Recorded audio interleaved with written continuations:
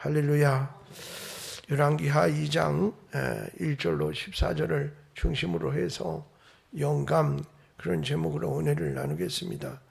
마치 영감, 그러니까 나이 많은 할머니가 남편을 영감 그렇게 부르는 것 같은 제목을 좀 더 길게 붙였으면 어떻을까, 그런 생각도 해보았습니다. 신앙생활을 하는데 마치 신앙생활이 어떤 취미생활의 하나인 것처럼, 그래서 수없이 많은 동호회 활동이나 아니면 자기가 좋아하는 활동을 하는 것 중에 하나인 것처럼 이렇게 가벼이 여기는 성도들이 왕왕 많이 있습니다.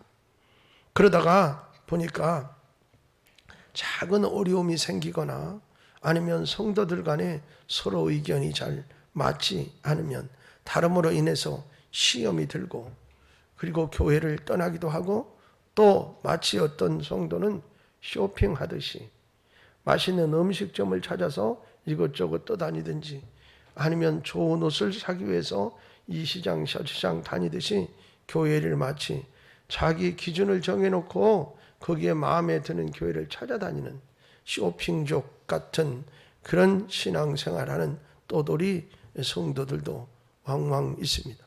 그러면서 그것을 마치 즐기는 것처럼 이런 신앙생활하는 이들이 있어요. 그래서 한 교회에 절대 그런 사람들은 또 정착을 잘 하지 못합니다. 그리고 그저 몇 개월, 몇 년 이렇게 다니다가, 그래서 나중에 보면 어느 교회 출신이냐 그러면 대답하기가 상당히 어려운 그런 경우도 많이 있습니다. 여러분, 신앙생활은 취미도 아니고 신앙생활은 쇼핑하는 것도 아닙니다. 신앙생활은 생명과도 같은 것이라. 그래서 영적인 신앙 것으로 무장되어 있지 않으면 이런 가벼운 그런 상황 속에서 신앙생활을 하게 되는 것이에요. 그래서 오늘 우리는 엘리야와 엘리사의 영감에 대한 말씀을 같이 나누면서 이 엘리사의 영적인 그 어떤 삶의 모습을 통해서 우리를 한번 조명해 보겠습니다. 그 전에 엘리사와 엘리야가 어떻게 만났는지 그 배경을 먼저 좀 한번 살펴보겠습니다. 첫째로 엘리사와 엘리야의 만남입니다. 이 말씀은 열왕기상 19장 19절로 21절에 기록되어져 있는데, 엘리야가 거기서 떠나 사밧의 아들 엘리사를 만나니 그가 12겨리소를 앞세우고 밭을 가는데 자기는 12째 겨리소와 함께 있더라. 엘리야가 그리로 건너가서 겉옷을 그 위에 던졌더니 그가 소를 버리고 엘리야에게로 달려가서 이르되, 청하건대 나를 내 부모와 입맞추게 하소서. 그러한 후에 내가 당신을 따르리다. 엘리야가 그에게 이르되, 돌아가라. 내가 네게 어떻게 행하였느냐 하니라. 엘리사가 그를 떠나 돌아가서 한 겨리소를 가져다가 잡고 소의 기구를 불살라 그 고기를 삶아 백성에게 주어 먹게 하고 일어나 엘리야를 따르며 수종 들었더라 그랬어요. 자, 엘리야와 엘리사의 만남의 장면이 그야말로 극적이에요. 마치 어떤 영화, 어떤 드라마의 한 장면과 같습니다. 여러분, 엘리야와 엘리사의 첫 만남은 엘리야가 사밧의 아들 엘리사를 찾아가서 이루어졌습니다. 엘리사의 계획이나 의지로 만남이 이루어진 것이 아니에요. 엘리사가 내가 이 나라를 걱정하고 이래서 선지자가 돼야 되겠다, 아니면 주의 종이 돼야 되겠다, 이런 결단을 하거나 결심을 하고, 그리고서는 어떻게 해야 될까, 그래서 그 길을 이렇게 찾아야 될까 저렇게 찾아야 될까 고민하지 않았어요. 엘리사는 가만히 여기 내용을 살펴보면 그저 조금 농사를 짓는데 농사가 많았던가 봐요. 그러니까 일종의 분홍이에요. 근데 그 집에서 열심히 사밧 아버지를 도와서 농사를 짓는 농사꾼이에요. 그 열심히 일하는 그 현장에 엘리야가 찾아왔어요. 저는 이 장면을 생각하면서 이런 생각을 가져요. 내게 주어진 직장, 내게 주어진 어떤 사명을 최선을 다해서 감당해야 한다. 대충 할 것이 아니라 내가 무슨 일을 하든 그 일을 위해서 최선을 다해서 열심히 해야 함을 또한 이 말씀을 통해서도 배울 수 있겠다. 근데 엘리야가 찾아와 만나게 된 것이 아니에요. 왜 엘리야가 엘리사를 찾아왔을까요? 여기에는 뭐예요? 하나님의 놀라운 계획이 담겨 있었기 때문입니다. 19장 열왕기상 16절 말씀에 보니까 이렇게 기록되어 있어요. 너는 또 남시의 아들 예후에게 기름을 부어 이스라엘의 왕이 되게 하고 또 아벨 무훌라라 사밧의 아들 엘리사에게 기름을 부어 너를 대신하여 선지자가 되게 하라 그랬어요. 자, 여기 지명이 나오고 사람의 이름이 등장을 해요. 그런데 우리도 이름을 지을 때 이제 우리는 한문권에 있었기 때문에 한문으로 무슨 사람이 되라 이런 의미와 뜻을 담면서 이름을 짓잖아요. 그 이후에 또 한참 뒤에는 한글 이름이 유행된 적이 있어서 한글 이름을 짓더라도 그렇게 지었어요. 제가 대학에 들어갔는데 이제 이름이 여러 한글 이름들이 그때 당시에 그 나이 때는 많이 있었던 것 같아요. 그래서 한송이도 있었고 이러니까 좀 특이하잖아요. 그때 당시 다 이름이 한문으로 이름을 짓다 한글 이름을 지으니까 그런 기억들이 있는데 어떤 사람은 빛나라 이런 이름도 있었고 그랬던 기억이 있는데, 여러분 엘리야는 엘리사를 찾아가서 그에게 기름을 부어서 선지자가 되게 하라는 명령을 하나님으로부터 받습니다. 자, 그런데 보세요. 왜 이것이 하나님의 뜻인고 하면 엘리사의 부친인 사밧의 이름의 뜻이 무엇인고 하면 하나님이 심판하시다 그런 뜻이에요. 사밧이. 자, 그리고 엘리사는 무슨 뜻이냐면 하나님이 구원하신다 그런 뜻이에요. 그러니까 이 이름의 의미의 뜻을 연결하면 이미 하나님은 이스라엘을 심판의 자리에서 구원하시려는 계획을 가지시고 계셨다는 겁니다. 여러분, 이 하나님의 계획을 엘리야는 알고 있었고 선지자가 될 엘리사는 이 사실을 전혀 모르고 자기의 삶의 현장에서 열심히 일을 하고 있는 거지요. 자, 이 엘리야가 엘리사를 찾아간 곳은 아벨 무훌라라는 곳이에요.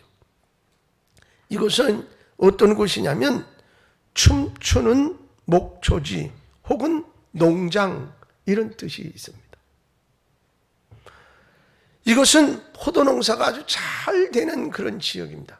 땅도 기름지고 이 바닷바람이나 이런 것들도 적당히 불어와서 포도 농사가 잘 되는 곳이에요. 포도 농사가 잘 되면 뭐가 많겠어요? 포도주. 그래서 대체적으로 유명한 포도주가 있는 지역을 보면 포도 농사가 잘 되는 곳이에요. 지금이야 냉동 보관하고 이런 시설이 많이 있고 좋지만 그래서 무슨 냉동 창고에 영도에다가 넣어놔가지고 한 몇 개월 지난 다음에 포도를 다시 시장에 내놓기도 하고 이러지만 그때는 그런 시설이 전혀 없잖아요. 그러니까 어떻게 빨리 먹거나 어떻게 그것을 저장하는 방법이 발효시키는 거예요. 그러니까 발효된 게 뭐예요? 포도주예요. 그러니까 그게 많이 발달한단 말이에요. 그러니까 이게 많이 그 농사가 잘 풍성하게 되어져서 포도주 틀에서 포도주를 많이 밟으면 신바람이 나가서 그 잡숫고 신난다 그러고 춤추고 노래하고 놀고 이런 의미가 있는 지역이라 이 말이에요. 그러면 거기 뭐가 따르겠어요? 가무가 따르면 뭐예요? 거기에 무슨 생산적이고 행복하고 귀하고 복되고 이런 것이 있느냐고. 여러분 클럽에 가서 막 춤추고 막 마약하고 그러면서 거기서 영감을 얻어가지고서 미래 세계 발전을 위해서 뭘 만들어내고 그런 거 보셨어요? 별로 없잖아요. 지금 여기가 그런 어떤 의미가 담겼어요.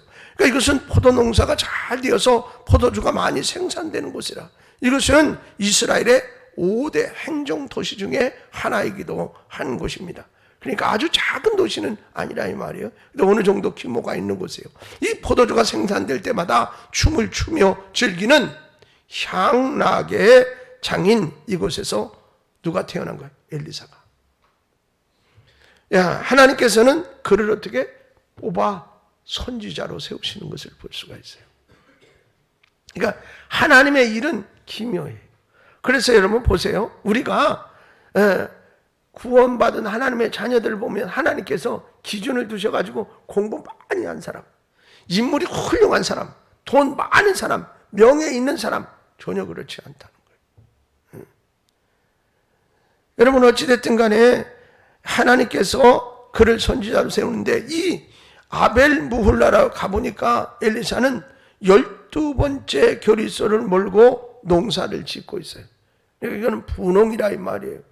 우리나라는 소 한 마리에다가 뭐 해가지고 쟁기질을 하는데 거기는 2마리를 앞에 양쪽으로 엮어서 그래가지고 그래서 그 2마리가 한 결이에요.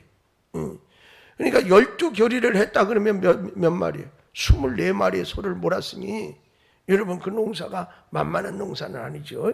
예. 우리 대체적으로 뭐 한두 마리 가지고도 농사에 큰 농사 막 짓잖아요. 그러니까는 아주 분홍입니다. 그러니까 엘리야는 이 성실하고 근면한 사람에게 엘리사에게 다가가서 겉옷을 던져주고 그것을 취해서 흐르는 땀을 닦으면서 엘리야를 따르겠다는 소명감을 이제 이야기하는 것을 볼 수가 있어요.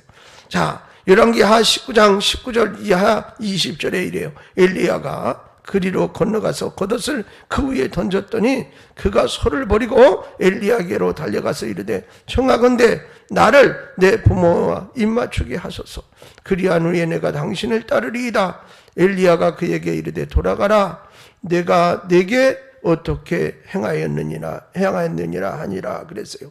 그러니까 이 엘리야의 부름에 엘리사는 아멘 한 것이에요. 아멘 한 것이에요.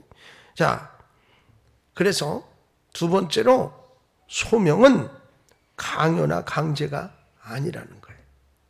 강요한다고 강제한다고 되는 것이 아니에요.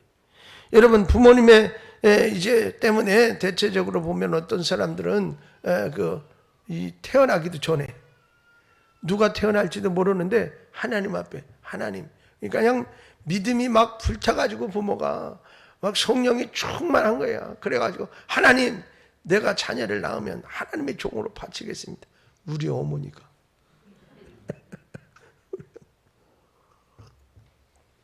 뭐 지금이야 뭐 결혼하고 막 이렇게 뭐 조정을 해갖고 몇 년 뒤에 애를 낳겠다 이러고 막 그러는 때지만 저희 어머니 뭐 36년생이신데 그때 나이 그런 거 있었어요. 별로 없으니까 생기면 낳는 건데 애가 안 생기는구나. 왜 그러냐면 우리 아버님이 홀로 북에서 넘어오셔서 외로우신 분인데 말이 우리 아버님은 자식 많이 낳고 싶으셨다고 그러더라고요. 그런데 애가 안 생기니까 얼마나 우리 어머니가 그랬어요. 우리 어머님도 신앙생활은 그래도 잘 하시는 분이었었는데 그러니까 하나님 앞에 기도를 한 거예요. 자식이 생기면 주의 종으로 바치겠다고. 그래서 주의 종 된 사람도 있어요. 그러다 보니까 자기는 사명감이 없는데 자기는 그런 생각도 없는데 그냥 부모가 바쳐놔가지고 무조건 강요에 의해서 가서 문제가 되는 경우도 있고 또 그렇지 않고 잘 하시는 분들도 없지 않아 있어요. 그렇지만 하나님의 부르심에 대하여 엘리야는 강요나 강제하지 않았습니다. 네, 이것이 소명의 자세라 할 수 있겠어요. 예, 여러분 그래서 지금 말씀드린 대로 이런 뭐 부모가 말이지 태중에 이미 벌써 그렇게 해서 그래서 모태신앙이다. 그래서 누가 그러더라고요. 신앙생활 잘 못해서 모태신앙이라고. 그러니까 뱃속에서부터 믿었으면 더 잘 믿었어야 할 것 같은데 그렇지 않은 사람도 있어요. 얼치기처럼 아는 거는 많은 것 같고 신앙생활의 경력은 긴 것 같은데 이거 하는 행동을 보면 별로 이거 뭐 신앙생활 하는 건지 안 하는 건지 그래서 어떻게 이제 뭐 2차 가자는 소리는 제일 먼저 하고 그리고 위하여 소리치면서 자기는 25도 아니면 주님을 모시지 않는다고 뭐 맨 이러면서 요새는 아주 주님이 영역이 떨어지셨나 18도로 내려가셨다고 이딴 소리 하는 그런 사람이 되는 경우가 생긴다. 응? 그래서 아는 거는 많은데 말이죠. 이상한 그런 형태로 변하는 사람도 있어요. 이렇게 사역하는 것도 뭐 모태신앙부터 선하고 좋은 일이지만 사역을 강제적으로 행하다 보면 많은 갈등을 겪기도 한다는 사실이에요. 엘리야의 행동을 통해서 우리는 어떻게 하나님의 부르심의 역사를 다시 한번 간접적으로 볼 수 있어요. 그러니까 하나님의 사역을 강제적인 요구로 걷게 해서는 안 된다라는 사실입니다. 여러분 20절의 말씀에 보니까 그런 말씀이 있어요. 돌아가라. 내가 내게 어떻게 행하였느냐라고 반문을 해요. 돌아간 엘리사는 농기구를 불태우고 소를 삶아서 잔치하고 엘리야를 따릅니다. 자, 이게 뭐예요? 엘리사는 부모에게 부르심을 고백하고 이제 말하자면 이제 사명의 길을 가기 위해서 마지막 인사를 드리는 거지. 그리고 동네 사람들에게 잔치해서 그걸 다 대접하고, 그리고 여러분 자기가 끌던 쟁기나 이런 걸 불태워 갖고 그걸 가지고 소를 잡아서 그랬으면, 여러분 우리식으로 표현해 보면 이거 직업에 어떻게 도구에 이게 이 소가 연장과 같은 거고, 그 다음에 쟁기도 연장이잖아요. 다 태워버렸다는 건 뭐예요? 난 다시 그리로 돌아가지 않겠습니다. 나는 당신의 부름의 길만 따라가겠습니다 라는 결단이기도 한 거라. 그래서 이런 강한 결단과 소명의식이 있어야겠어요. 돌아간 엘리사는 그렇게, 그래서 부모에게 이 송별식 같은 걸 하죠.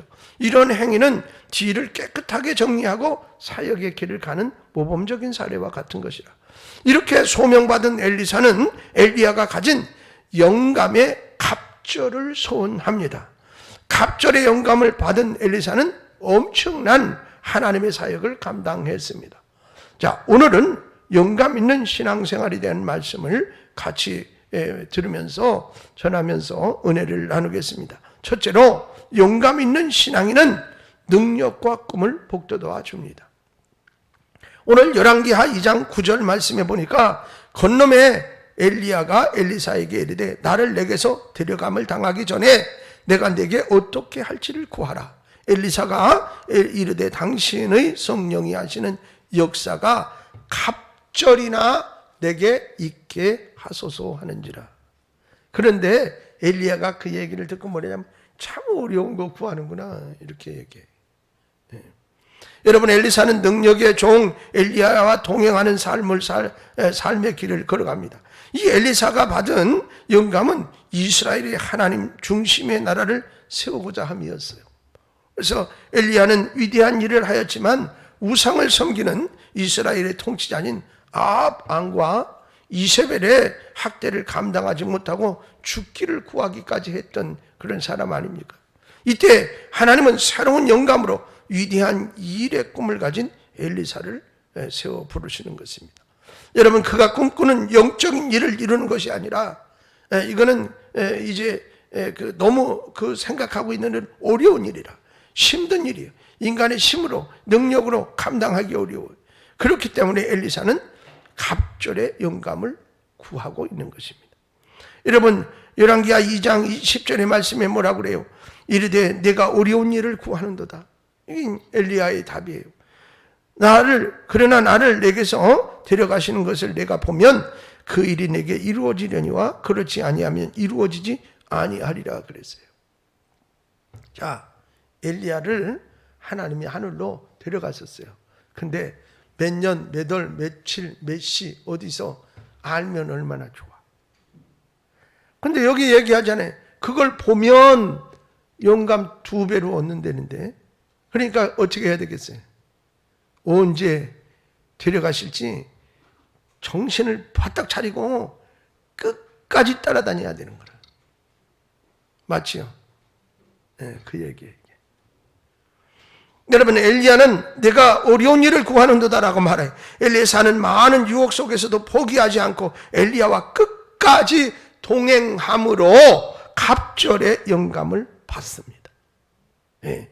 우리도 영감 있는 삶을 위해서 힘써 기도하면서 길가래 유혹을 넘고 베델과 여리고 요단까지 넘는 동행의 길을 갈 때 갑절의 능력을 받을 수 있구나.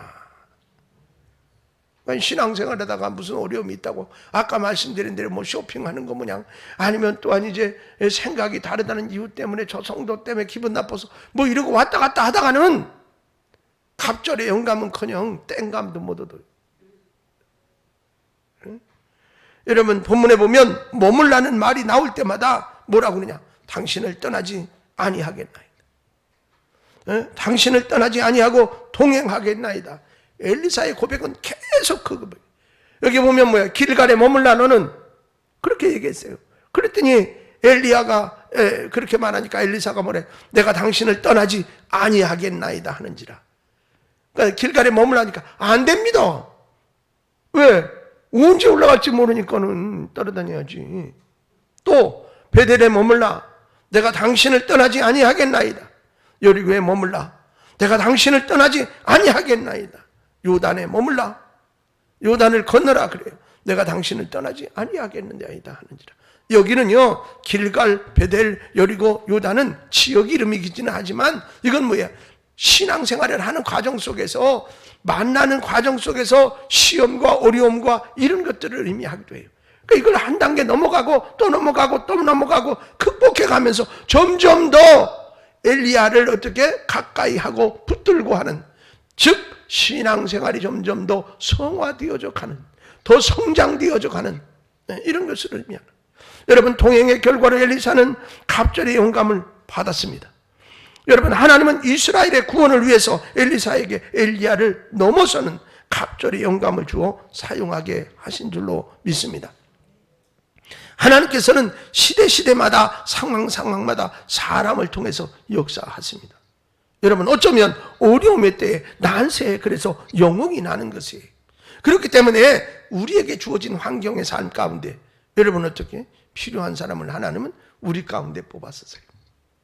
그러면 어떻게 준비된 사람을 쓰시는 거라.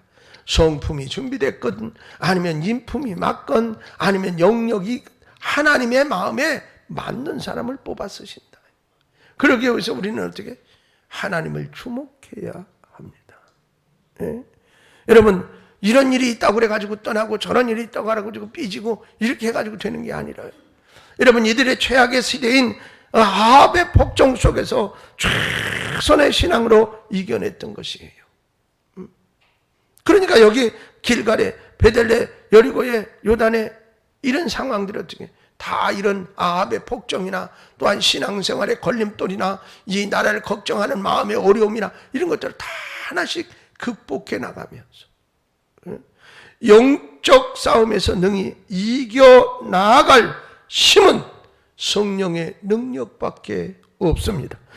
선지자 엘리야는 성령의 능력을 힘입어 민족과 국가를 살리기 위해서 이스라엘 백성들에게 영적 각성을 외치면서 바알 선지자와 아세라 선지자 850명의 영적 전쟁을 하게 됐죠.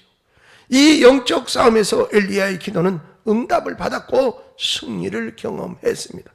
여러분 열왕기상 18장 37절로 39절의 말씀해 보니까 여호와여 내게 응답하소서, 내게 응답하옵소서. 이 백성에게 주 여호와는 하나님이신 것과 주는 그들의 마음을 되돌이키심을 알게 하옵소서 하매 이에 여호와의 불이 내려서 번제물과 나무와 돌과 흙을 태우고 또 도랑에 물을 핥은지라 모든 백성이 보고 엎드려 말하되 여호와 그는 하나님이시로다, 여호와 그는 하나님이시로다 하니 그랬어요.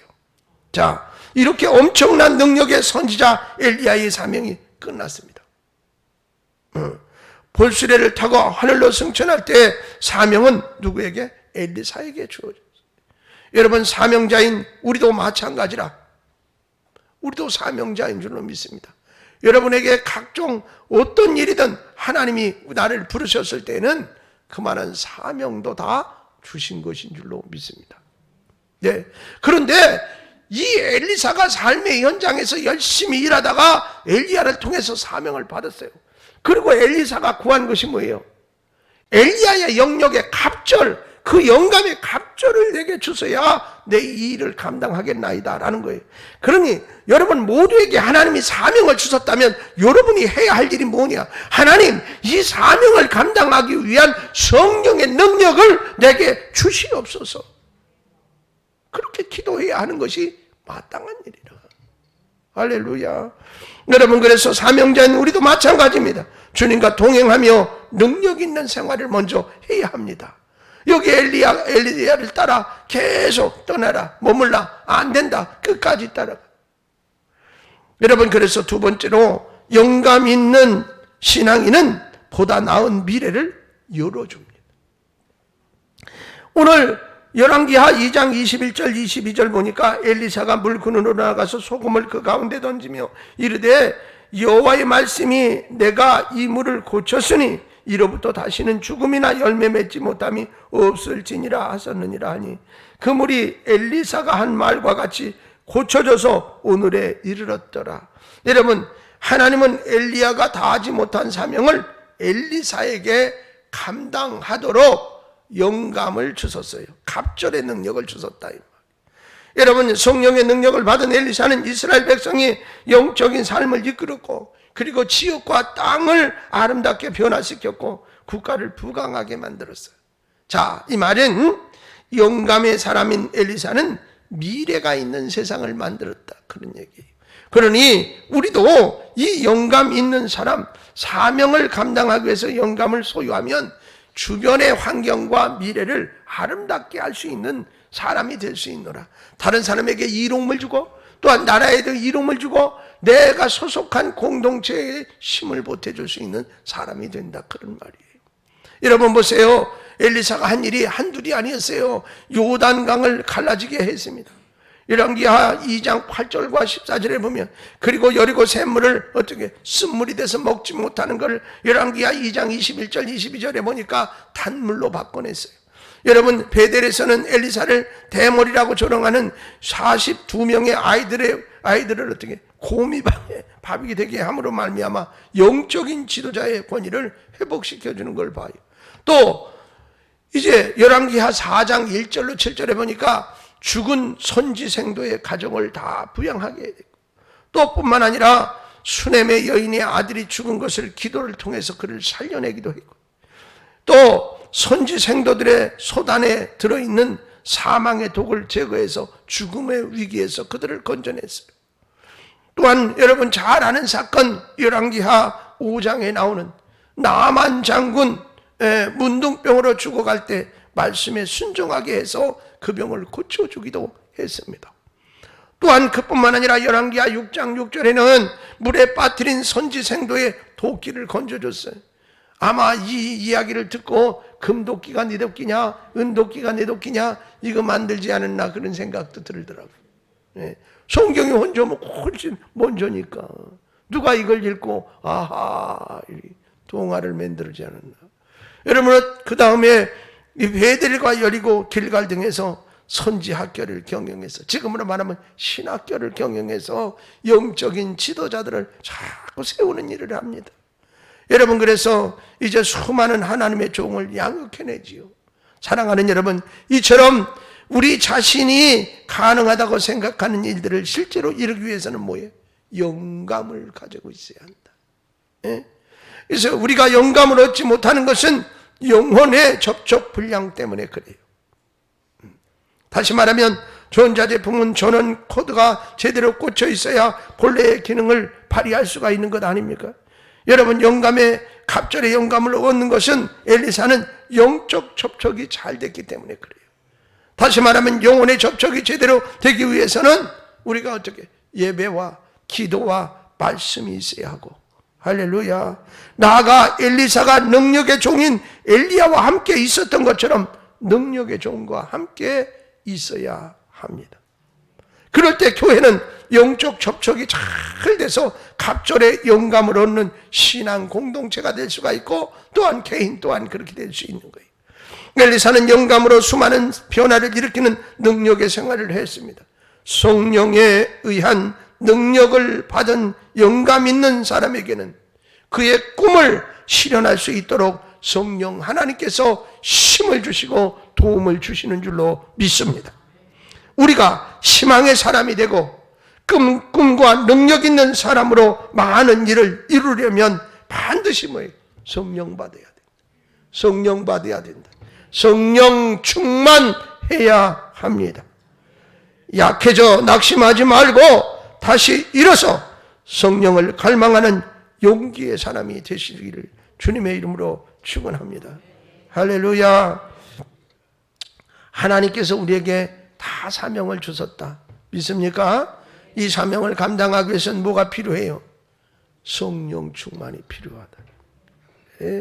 엘리사도 엘리야의 영역의 2배를 주시옵소서라고 구했단 말이지요. 그런 것처럼 우리도 성령을 사모해야 할 줄로 믿습니다.